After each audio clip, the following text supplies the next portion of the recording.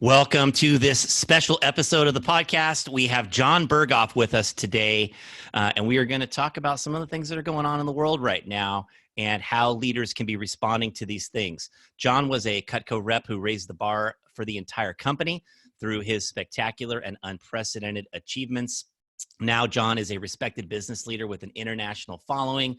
He teaches leaders how to multiply their influence through the use of the exchange method of uniting groups of people, facilitating events, and leading others to embrace revolutionary challenges and opportunities. And that's exactly where we find ourselves today, at the cusp of a revolutionary challenge and what can be revolutionary opportunities. Jon not only was willing to give his time to have this conversation with me today, but he suggested that we get together and that we talk about this stuff at such a critical moment. So Jon Berghoff, thanks so much for making time to be here. Hey, Dan, it's good to see you, man. It's really good to see you. Yeah, in the most of unusual circumstances, you know? Indeed, indeed. So why don't you just start out by telling us what some of your thoughts on what's happening right now? Yeah, I mean, I'm no more informed on where the world's going than the next person. I can't help but be really dialed into what's happening because here at Exchange, we've been studying systems for 9 years, and starting with learning from Peter Senge, Otto Scharmer, Margaret Wheatley. These are just pioneering leaders who for decades have been trying to understand what happens at the scale of a group of people or any group of people.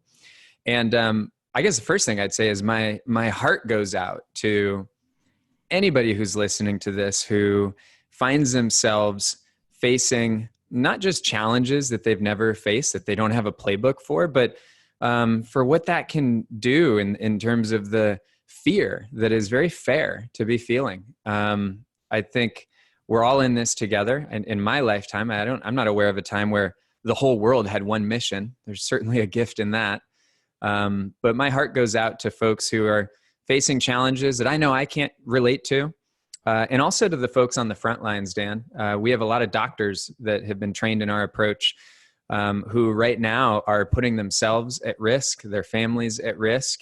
And I know that I can't relate to what that is like to be working in the healthcare system right now. So I just want to send love and appreciation to all those folks. And I think as an entrepreneur, for me, as a father and a husband, I think this is a time that's going to I know it's inviting me to really think about who I want to be. And I think a crisis creates an opportunity. I don't know that it's guaranteed for all of us to really shape or reshape our identity. And that just leads to more questions around who do I want to be and how can I serve and how can I not only put on my own oxygen mask to take care of myself, but help others right now. And I think part of the gift that comes from this is the humanity and the generosity that this crisis has brought out of so many different corners of the earth. And I think whatever the other side of this is and whenever it is, I think there's so much that people are doing right now to try and help each other that is going to deliver unexpected positive consequences in the long run. So those are some of my just initial thoughts. Yeah, definitely. It certainly is a critical opportunity for all of us to evolve as humans, for us to evolve some elements of our businesses. One of the things that I heard you say about this was the idea that there are a lot of reasons for hope for a better future that can come on the other side of this. Mm-hmm. Those are some of the things that I'm looking forward to seeing. And so as leaders, what are tell me about the kinds of leaders that you feel like are most likely to be able to thrive through this challenge and be able to overcome it in the strongest possible fashion. Yeah.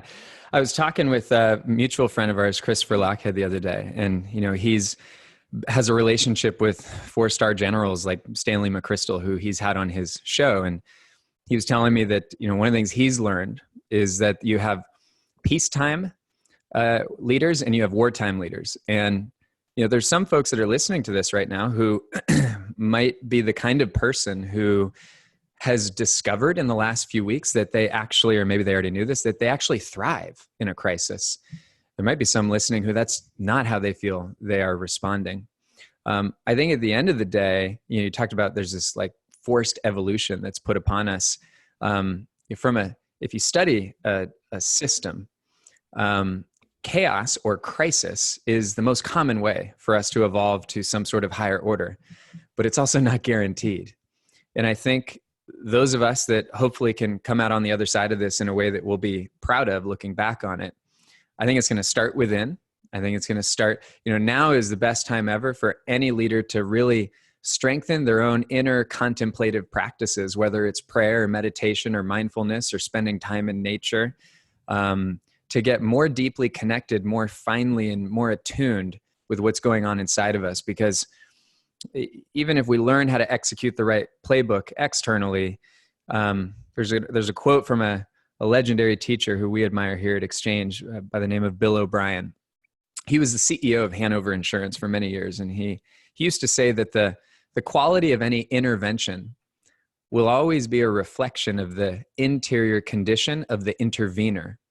And so we have to remember that as leaders, whatever's going on at a cellular level inside of us is going to reflect and refract outwards to others. So I think about that with my kids. Like, how do they see me responding to this? So that's step one, Dan. And then I think when we look outwards, leaders that choose to ask the right questions of themselves and of others are the ones that are going to be the most helpful, right? Because in a time of fear and scarcity, uncertainty, doubt, where people are getting sucked into problems, on the largest scale of our lifetime, every one of those very true experiences right now spins everybody into a certain psychology. And so the leaders who are willing to understand that and then know, how do I counter or remedy these disempowering states? And it doesn't mean we're ignoring, it doesn't mean we're discrediting. We do a lot of work with the suicide prevention field here at Exchange, and we're very well aware that the bigger crisis of this all, it's not what's going to happen to our bank accounts. I mean, that could be or already is really painful for a lot of us.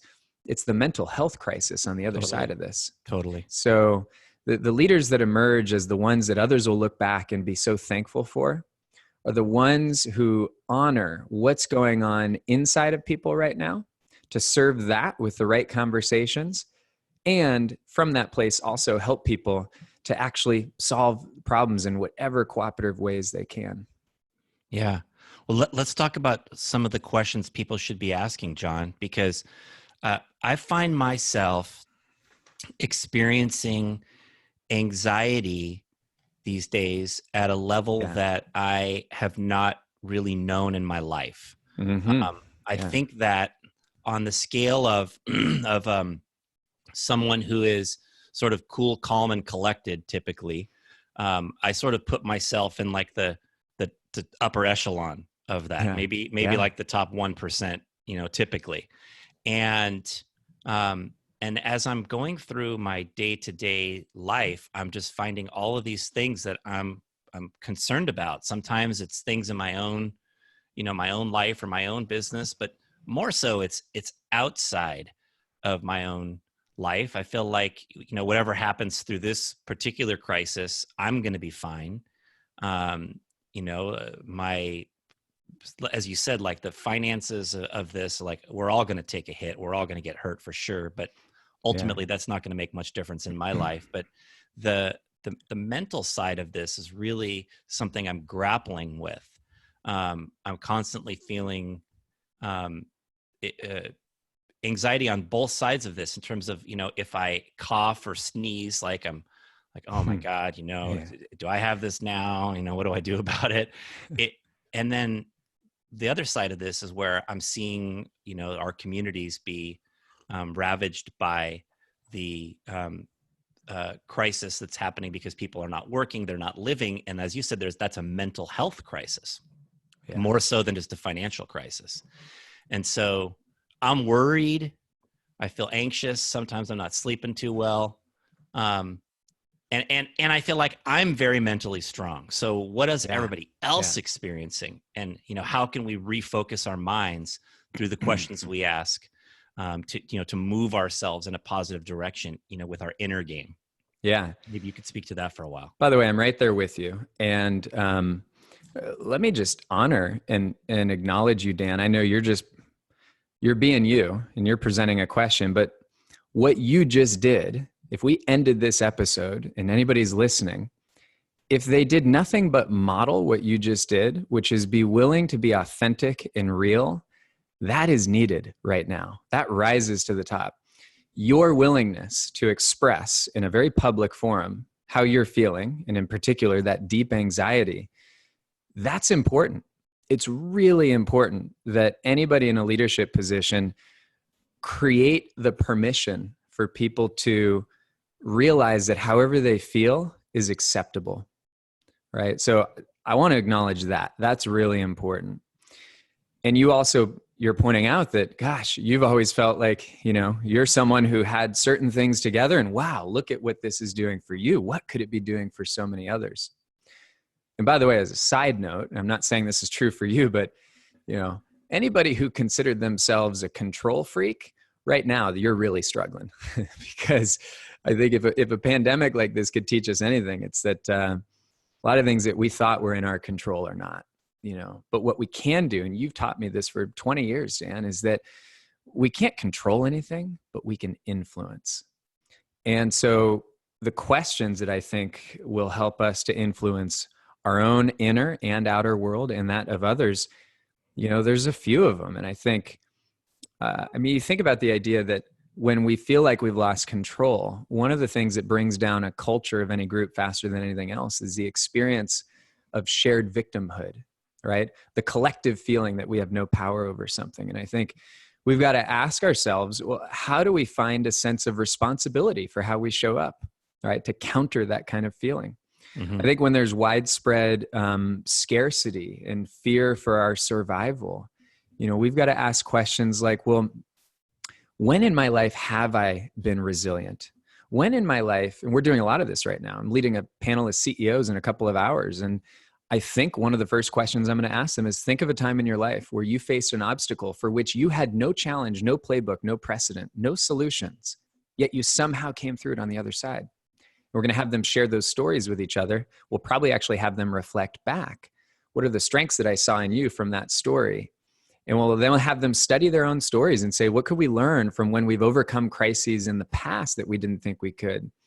But it's that question that invites the possibility of resilience. Or another example is, when we get captivated by what's wrong or what's not working, is just asking ourselves, what could the solutions be? Because the opposite of a problem is a solution, but it's so easy to never even ask that question. What's the smallest step that I could take right now? I think for leaders, Dan, who are leading others, to recognize how isolated and alone people can feel. The interesting thing about loneliness, there's a lot of research on this idea that you can feel lonely standing in a crowd of people. Loneliness was already an epidemic in our country.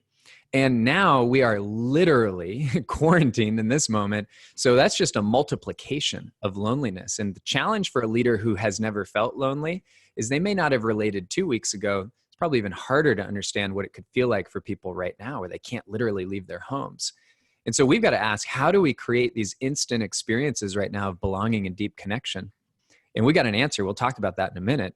We've been doing it here at Exchange, literally around the clock, facilitating group dialogues on these Zoom platforms. But Dan, these are some of the, the kinds of questions we've got to be asking. And I think in a time where we're afraid, even at the level of survival, we even have to stop and ask, how can we reconnect to some sense of a meaningful purpose in all this, a noble purpose? And it goes back to how this call started, that a lot of our luxuries and comforts and things we took for granted that could go away, maybe they'll come back. Maybe they'll come back soon. Maybe they won't. We got to reconnect to a deeper sense of meaning through all of this. And I know that's easier to say than it is to do, but I think by asking these types of questions, here we are in a sea of chaos, and we need leaders to ask, how can I choose to be an island of sanity in that sea of chaos? And these questions and these types of conversations, I think, are just a starting point, hopefully. Yes, for sure. Some of the things you shared there, I really resonated with for sure. The idea of how do I find a sense of responsibility for how I'm showing up in this, because that is one thing we are all responsible for sure, is how we show up on a daily basis, for our family, for our colleagues, for our communities. And the line of questioning, of considering, when was a time in my life when I faced a challenge that I had no playbook for, where I was resilient. In my mind, quickly a few things came into my head, and trying to bring back the feelings and emotions of those times, and what was it that made me determined to get through. I think that can be helpful for a lot of people to be considering, and connecting to a meaningful purpose like that. That's a very profound thought that people can consider, that can certainly give them more guidance on how they should be operating today and tomorrow, as we're going through the short-term parts of this challenge right now. Yeah, totally. There's never been a greater opportunity for anyone who sees themselves as a leader to practice leadership right now, because every single person you interact with, there's a greater chance now than there was 2 weeks ago that whoever you're talking with could really use you showing up the right way. So, there's an opportunity that's pretty vast right now to bring these kinds of questions to any possible conversation. Yeah. How are you doing this stuff personally, Jon? How are you managing things just at home, with your wife and 3 kids, and how are you thinking about the future of your business and your personal life right now? Yeah. Well, I mean, I got to give a lot of credit to Mara. She's heroic to have the kids. They're supposed to be, I got a shout out to all the moms out there. And I saw this meme that got texted around. I'm sure everyone's seen it by now. That was like, there's this little video that my brother texted to me, and it's about a middle-aged man, and you hear someone on the other side of the camera saying, "I'm going to give you 2 options right now. Option A is stay at home with your wife and kids every day," and the guy jumps in and goes, "B." and we can laugh, but I hope that anybody listening understands that really all that is an appreciation, that for any mother that was taking care of kids or homeschooling, I look at what my wife's doing to keep our kids occupied and educated right now. It's crazy. So much respect for all of the moms and dads who are finding themselves thrown into this whole new dynamic where kids are not at school. So a lot of that credit goes to her. I'm watching her starting to teach yoga classes online, which is really cool. And our kids, I mean, they think this is all interesting. They still love it because they have, we're not in school. I think at some point they're going to get tired of that. I've tried to get our kids out into nature a lot more. In fact, I got our kids into nature last week more than I had in the prior 5 years. It's funny. The thing that a month ago, if you would have said, "Jon, what's the thing you're most disappointed in as a father in yourself?" It was that I haven't gotten my kids into nature as much as I would have liked to. And literally this happens in one weekend.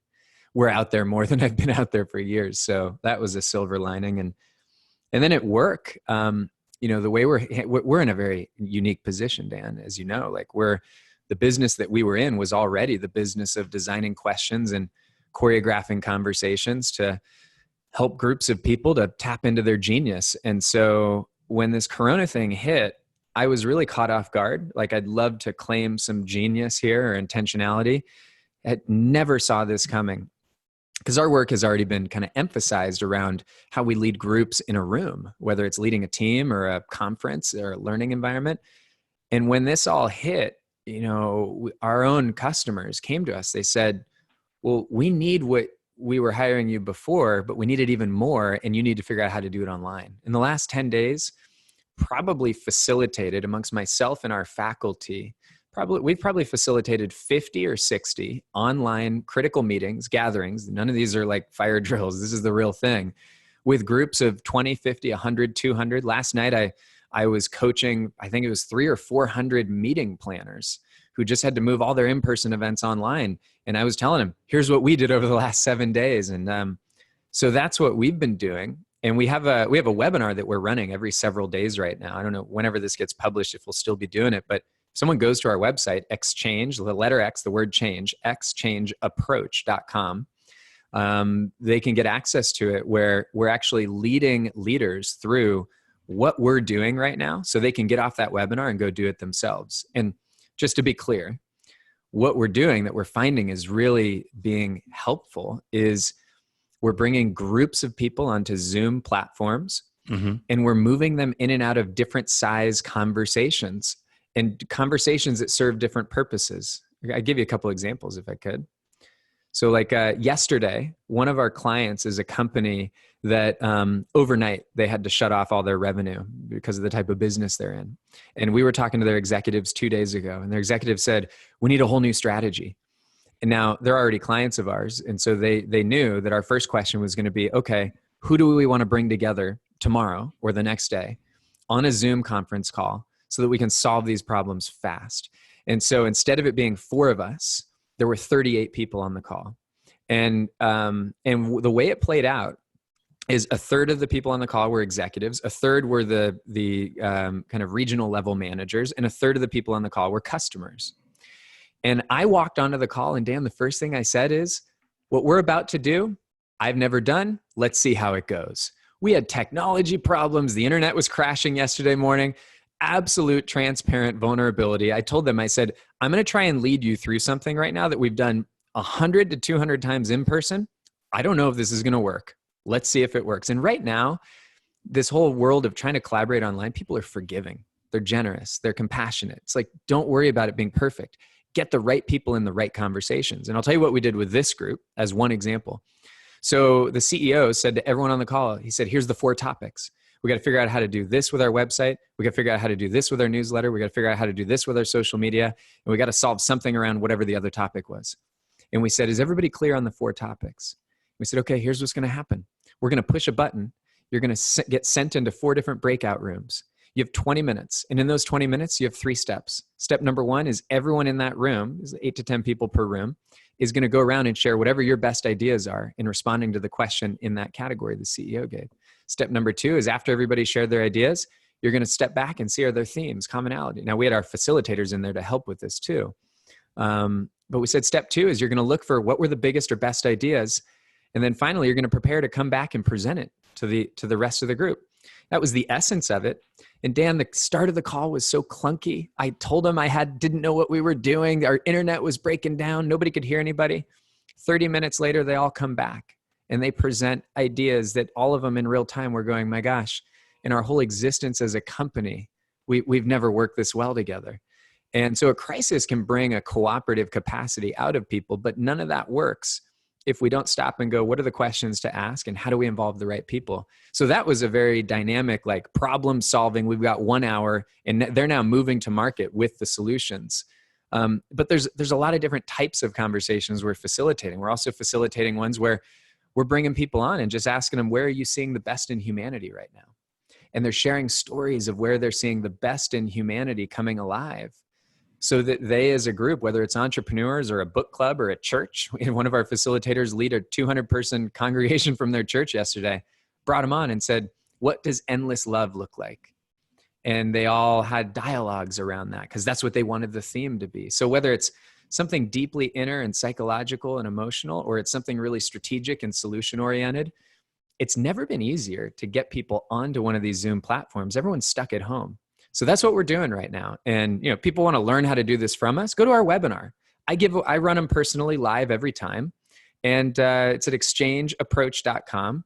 We're doing them every couple days. And then, if somebody wants training on this, they can talk to our faculty and they could tell them if it's really a good idea. So that's just a few examples of what we're doing. Hope that's helpful. Yeah, that's awesome, Jon. That's awesome.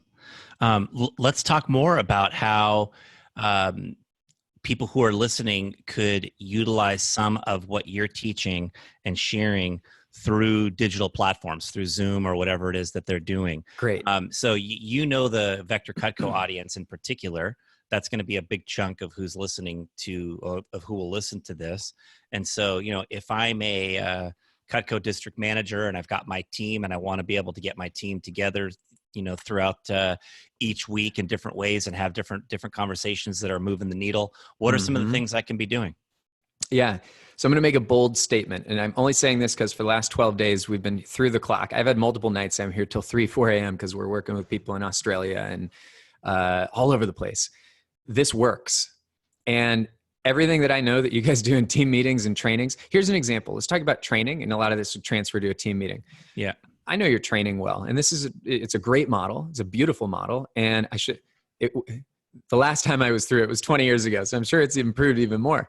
But any training organization, there's a couple fundamentals. If you're training people, you've got to teach them some information. And then in your case, they practice it, they role play it. If anyone doesn't know this, you could have 25 people on a Zoom call, teach them something, push one button, they're broken into pairs, they role play for 15 minutes, a little timer tells them when they're out of time. You push a button, they all come right back in the main room, and then you go from there.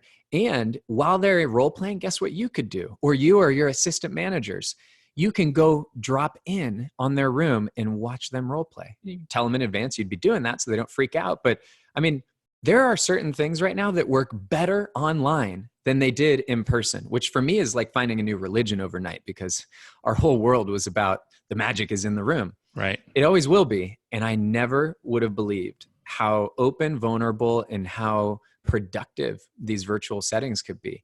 But I mean, you give me any scenario of what you do, training, team meeting, you can do it all on a virtual platform like the one we're on right now. So the idea of teaching and then splitting people up for role play, that's a great one for training people. What other thoughts do you have on how a training organization can better train their people, or the idea of group meetings, Yeah. how those can be better?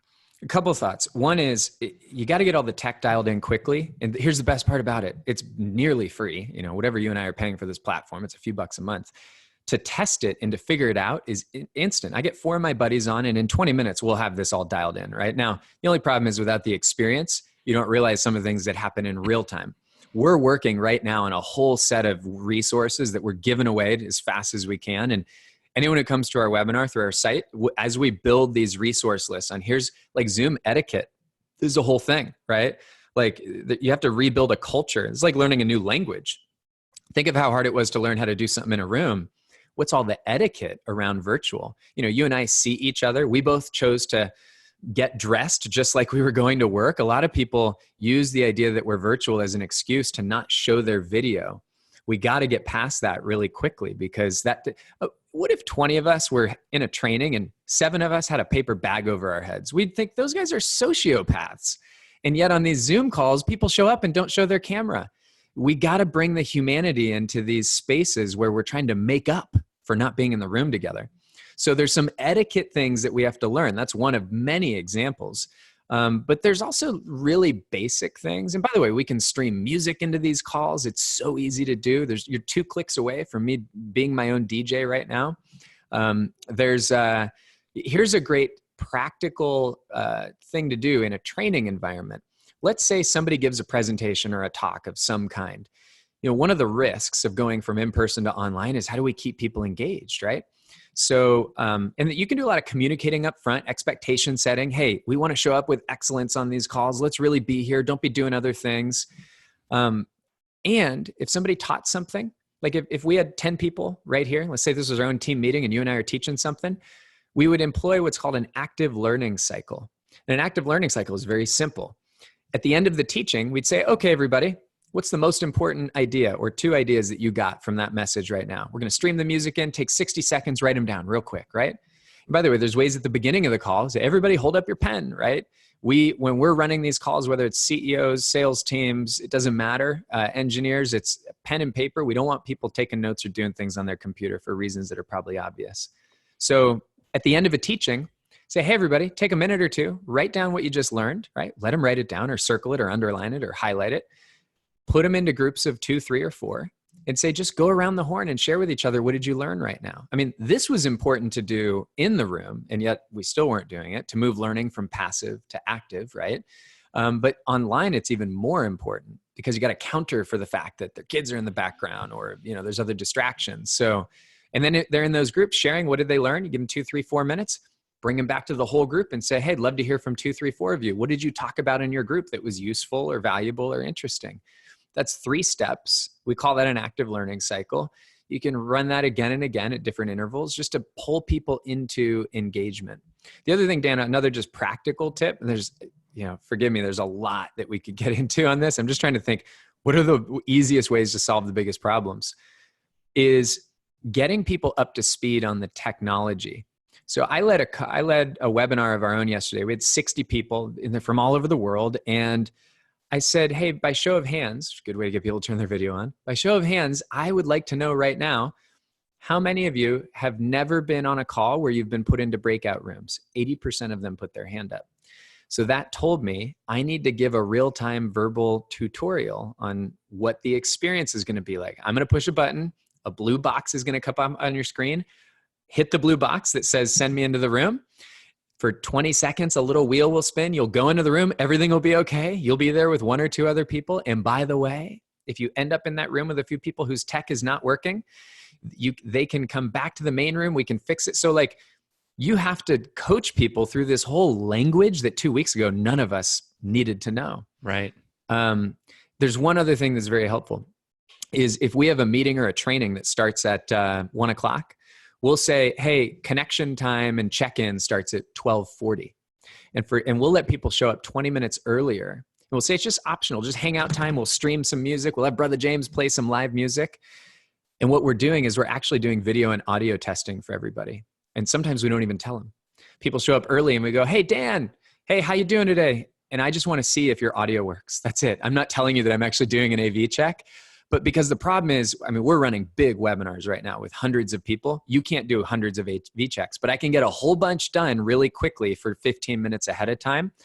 In some cases without people knowing. Sometimes I'll tell them, but getting people to make sure their audio and video works before the call starts versus wasting time when it was supposed to start. That's another kind of basic.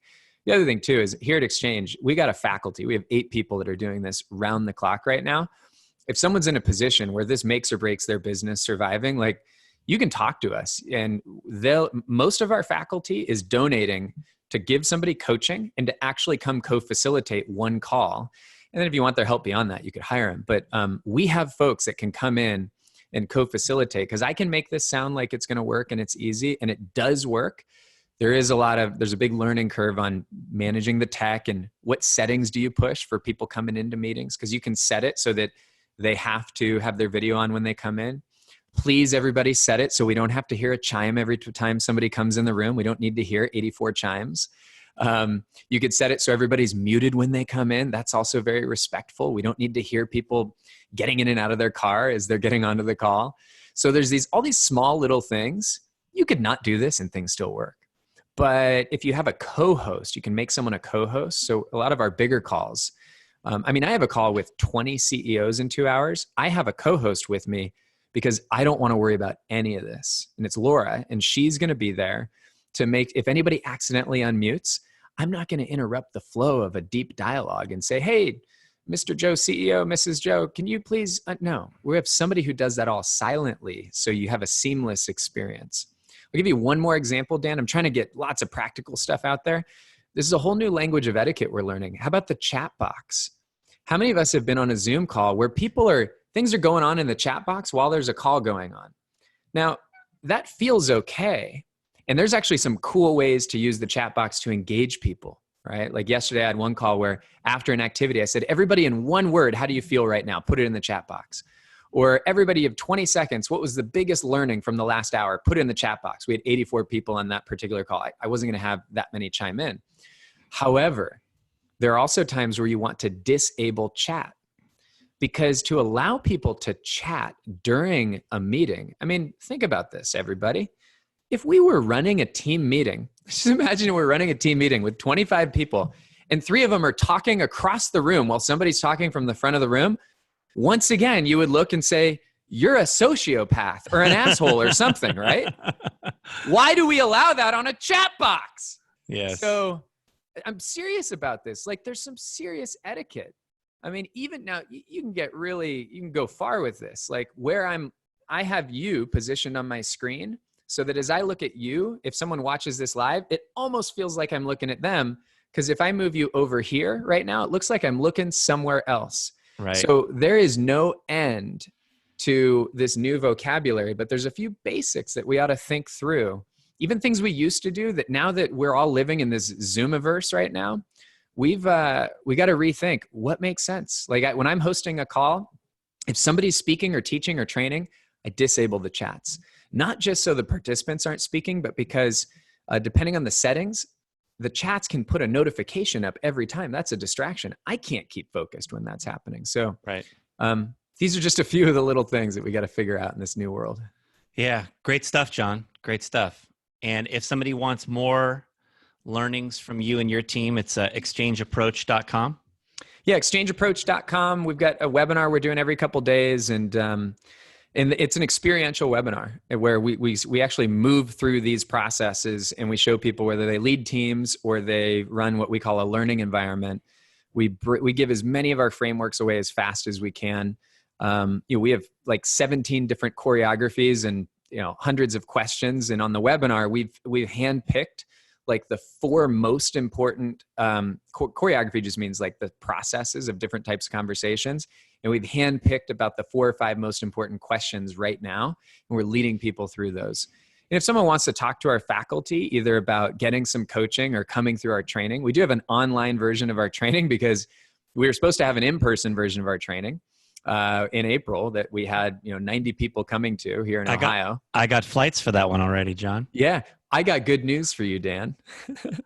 In your underwear, you don't even have to have pants on. You can actually attend that event now virtually because we've figured out how to move like 90% of what we do in a room online. So we're now what used to be our certification that, it's an honor to say that certification sold out 4 or 5 months in advance, going back 3 years. We obviously need to run more of them if that's true, because I don't want to raise those prices. We just moved that to an online version of that training, and it starts in a couple weeks.